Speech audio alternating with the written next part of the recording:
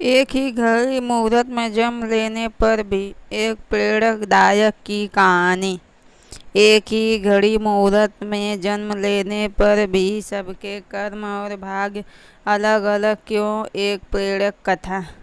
एक बार एक राजा ने विद्वान ज्योतिष की सभा बुलाकर प्रश्न किया। मेरी जन्म पत्रिका के अनुसार मेरा राजा बनने का योग था। मैं राजा बना, किंतु उसी घड़ी मुहूर्त में अनेक जातकों ने जन्म लिया होगा जो राजा नहीं बन सके। क्यों? इसका क्या कारण है? राजा के इस प्रश्न से सब निरंतर निरूप हो गए। अचानक एक वृद्ध खड़े हुए बोले, महाराज, आपको यहाँ से कुछ दूर घने जंगल में एक परमात्मा मिलेंगे। उनसे आपको उत्तर मिल सकता है। राजा ने घोर जंगल में जाकर देखा कि एक परमात्मा आग के ढेर के पास बैठकर अंगार गर्मा गर्म कोयला खाने में व्यस्त है।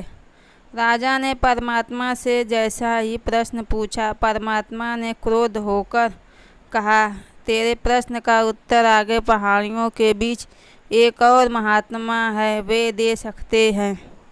राजा की जिज्ञासा और बढ़ गई। पहाड़ी मार्ग पर पार कर बड़ी कठिनाइयों से राजा दूसरे महात्मा के पास पहुंचा। राजा हक्का बक्का रह गया। दृश्य ही कुछ ऐसा था। वे महात्मा अपना ही मांस चिमटे से नोच नोच कर खा रहे थे। राजा को महात्मा ने भी डांटते हुए कहा, मैं भूख से बेचैन हूँ, मेरे पास समय नहीं है। आगे आदिवासी गांव में एक बालक जन्म लेने वाला है जो कुछ ही देर तक जिंदा रहेगा। वह बालक तेरे प्रश्न का उत्तर दे सकता है। राजा बड़ा बेचैन हुआ। बड़ी अजब पहेली बन गया। मेरा प्रश्न उत्साह प्रबल थी। राजा पुनः कठिन मार्ग पार कर उस गांव में पहुंचा। गांव में उस दंपत्ति के घर पहुंचा। सारी बात कही। जैसे ही बच्चा पैदा हुआ, दंपत्ति ने नाल सहित बालक राजा के सम्मुख उपस्थित किया। राजा को देखते ही बालक हंसते हैं बोलने लगा, राजन, मेरे पास भी समय नहीं है, किंतु अपना उत्तर सुन लो। तुम, मैं और दोनों महात्मा 7 जन्म पहले चारों भाई राजकुमार थे। एक बार एक शिकार खेलते खेलते हम जंगल में 3 दिन तक भूखे प्यासे भटकते रहे। अचानक हम चारों भाइयों को आटे की एक पोटली मिली। हमने उसकी 4 बाटी सेकी। अपनी अपनी बाटी लेकर खाने बैठे ही थे कि भूख प्यास से तड़पते हुए एक महात्मा वहां आ गए।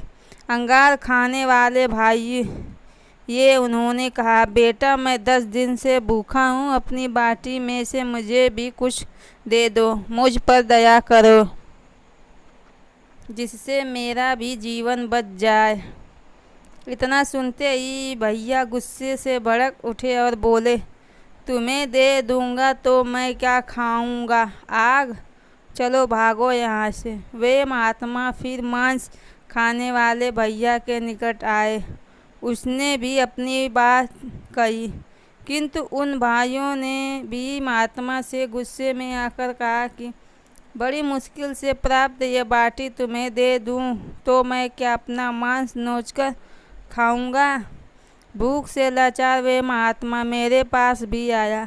मुझसे भी बाटी मांगी, किंतु मैंने भी भूख में धैर्य खोकर कह दिया कि चलो आगे बढ़ो, मैं क्या भूखा मरूं?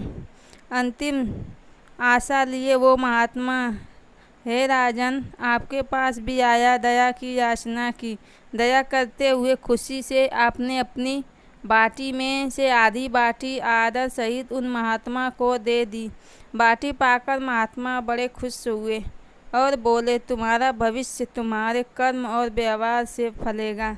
बालक ने कहा, इस प्रकार उस घटना के आधार पर हम अपना अपना भोग रहे हैं। वो बालक मर गया। धरती पर एक समय में अनेकों पल फूल खिलते हैं, किंतु सबके रूप, गुण, आकार, प्रकाश, स्वाद भिन्न होते हैं। राजन ने माना कि शास्त्र भी 3 प्रकार के हैं, ज्योतिष शास्त्र, कर्तव्य शास्त्र और व्यवहार शास्त्र। जातक सब अपना अपना कर्म किया, दिया लिया ही पाता है। यही है जीवन। गलत पासवर्ड से एक छोटा सा मोबाइल नहीं खुलता, तो सोचिए गलत कर्मों से जन्नत के दरवाजे कैसे खुलेंगे। Please subscribe my channel. Please subscribe my channel.